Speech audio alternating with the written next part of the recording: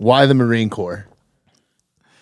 What else was I gonna do? Right. Like that is the baddest branch for your like just joining the Marine Corps entry level is the hardest branch to join.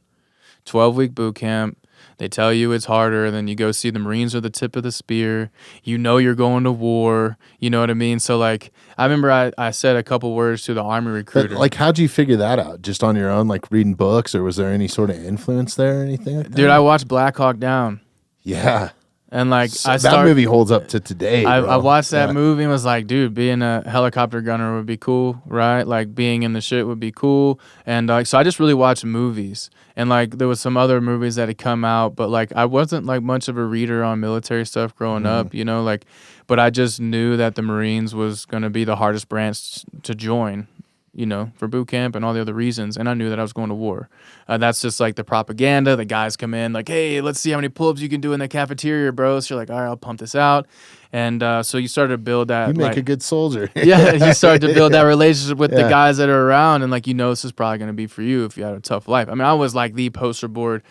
This is who we want to be in the Marine Corps. You know what I mean? Those recruiters are looking for guys like me. I had a rough child. Man. Exactly. Yeah. The guys are going to, war dogs, you know what I mean? So, but that's how I knew.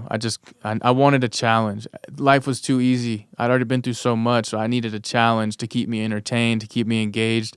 If it was too easy, I'd get distracted. I'd start drinking too much. How was that first bit of like structure and I learned quick, bro. Yeah. Yeah, I started because you didn't really have that. Like it kind of seems like you were on your own. Like kind of sounds like I don't want to put words in your mouth, but your mom wasn't too keen to have you around all the time, right? No, she couldn't stand me, bro. Yeah. She blamed me for everything. So there's not a whole lot of structure. You got to figure out shit for yourself a lot of the times, right? Yeah, so I was. So like when I didn't necessarily like people telling me what to do growing up.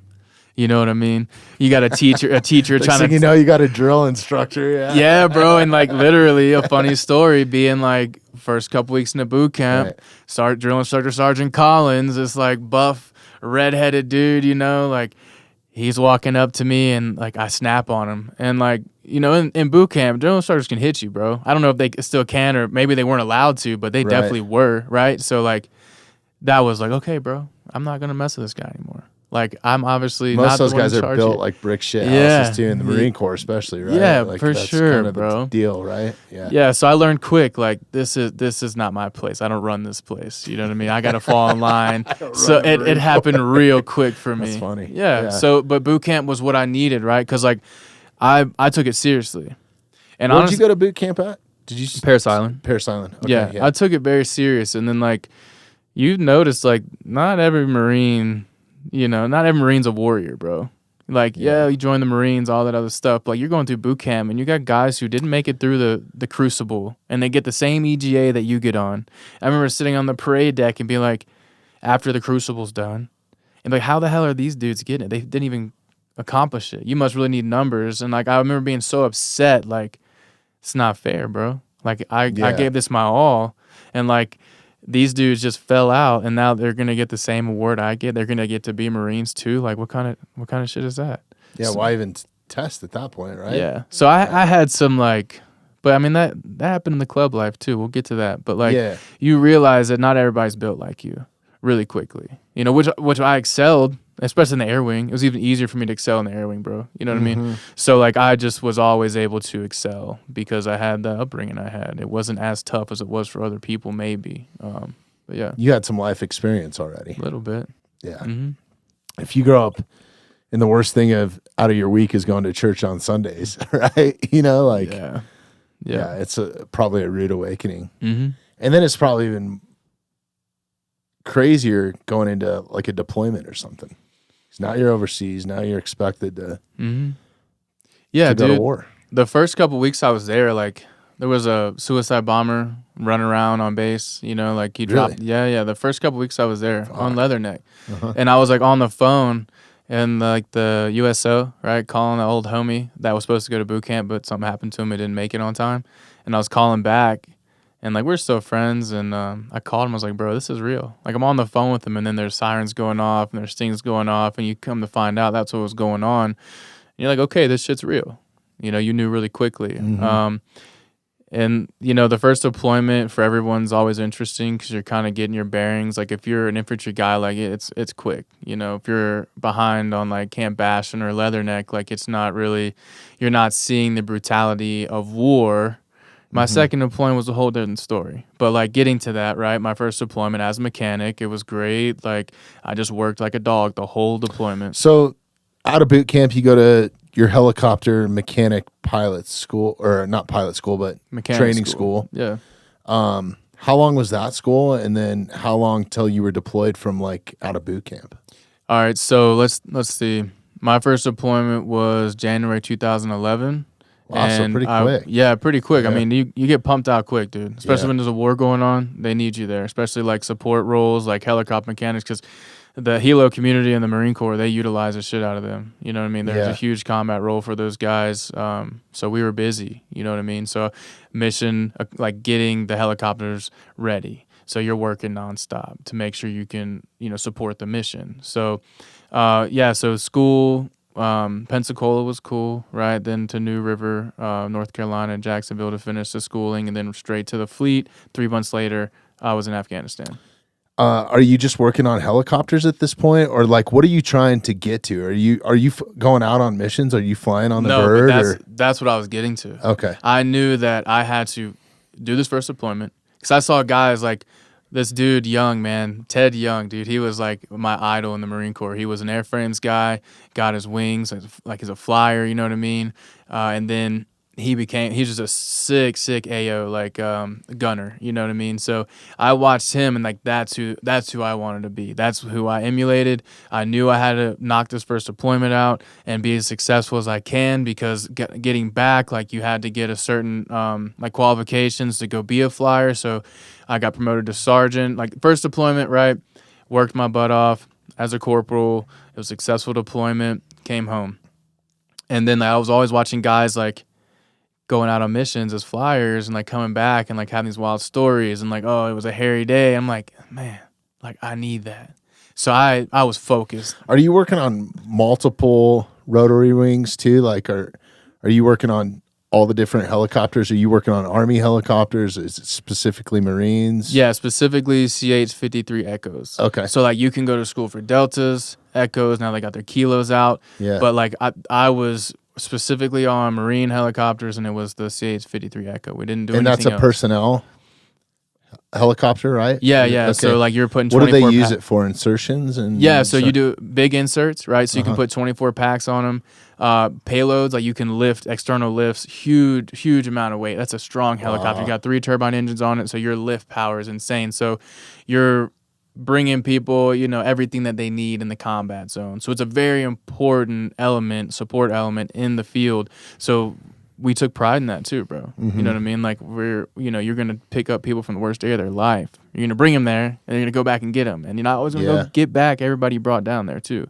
So first deployment was successful, went home, and then that's when I started my training to be a flyer.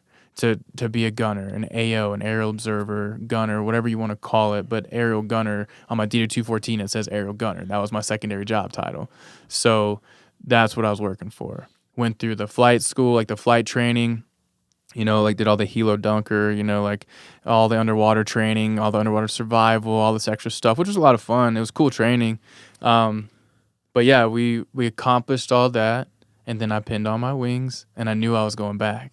I knew I was getting my chance to go to war officially. And that I had picked up sergeant right before that next deployment. So I was a super young sergeant, right at 21 years old. Wow. But I was ready, bro. Like after that first deployment, it kind of gave me an idea of like what to expect and taking on leadership roles. I've always been a leader, so that was like very easy transition for me, picking up sergeant. And then we just geared up for our next deployment. You go through all the school. Your next deployment, is it back to Afghanistan? Or? Okay. Yep. Shit's going on in Iraq at this time too, right? I don't think, or it's kind of dying down a little bit. So Iraq was kind of dying down. This was like before ISIS was like a huge deal, right? Okay. So like we weren't focused on that yet. Now because there was a pretty big lull there, and then next thing you know, we're back, right? Yeah. But I mean, there's always something going on. There's always someone over there doing something. You know what I mean? Like, but that wasn't our mission. So our mission on the second deployment was drug interdiction. We were going after the interests, you could say, pharmaceutical interests. Yeah. We wanted to control the opium, the poppy fields, you know what I mean? Like whatever pharmaceutical. Which is crazy, man. That's so wild to think about. Like, how much of this was a drug war, you know? Why did we go, right? In the first place, 9/11 happens, and like, okay, so we're on terrorism, right? Yeah. Like, that's what I thought. And then I'm out there on this mission, my second deployment as a flyer, going into the shit, and I knew, like, very quickly what it was going to be about. My first mission out there, so second deployment, first mission. It was wild, dude. Mm-hmm. Like, flying in there, drop these dudes off. Tell me about that. Yeah. So we go in, we get this mission, and this is like very early on in our deployment. So and your role as a machine gunner, on the bird, right? Yeah. So like, what are you shooting? Like, what's your kit? So we had a Gal 21, which is a 50 caliber machine gun. You know what I mean? Badass. Yeah, it was, dude. So like, you have your own little battle station. You got your rifle, you got your pistol on you. You know, you have your extra ammo cans. You got everything you need right there in your little battle station. You got 3 gunners on board, so you got your 3 gunners and your 2 pilots. We had the 50 cals. We were, you know, each door, window, tail. Like, you were ready to rock and roll with that Gal 21. It used to be the XM 118, and then we upgraded to the Gal 21. So, but yeah, first mission, right? It was insane. It was like, okay, like, this is what it's all about. You go in there, you drop these guys off in the compound, and they're raiding the compound, looking for intel, whatever they're doing, and we're in a holding pattern, and you get chatter. You're like, we're taking fire. We're like, okay. So like, this is it. This is my first time in like real combat, you know? Wow. I'm like shaking my adrenaline out, like jumping up and down, like trying to get ready. You guys are in the air at this point? Yeah, we're in a holding pattern, like not too far away from where we inserted them. But so we're all getting ready. We look at each other like, let's go. Like, this is go time. This is what we're here for. So I remember flying back in there, and the dudes, like, we go land, and I had my 50 cal out, and I got there's these 2 guys on the berm shooting at people, and I want to like get some, and I couldn't because the Marines were running across my line of fire, so I couldn't shoot the rifle or the Gal 21.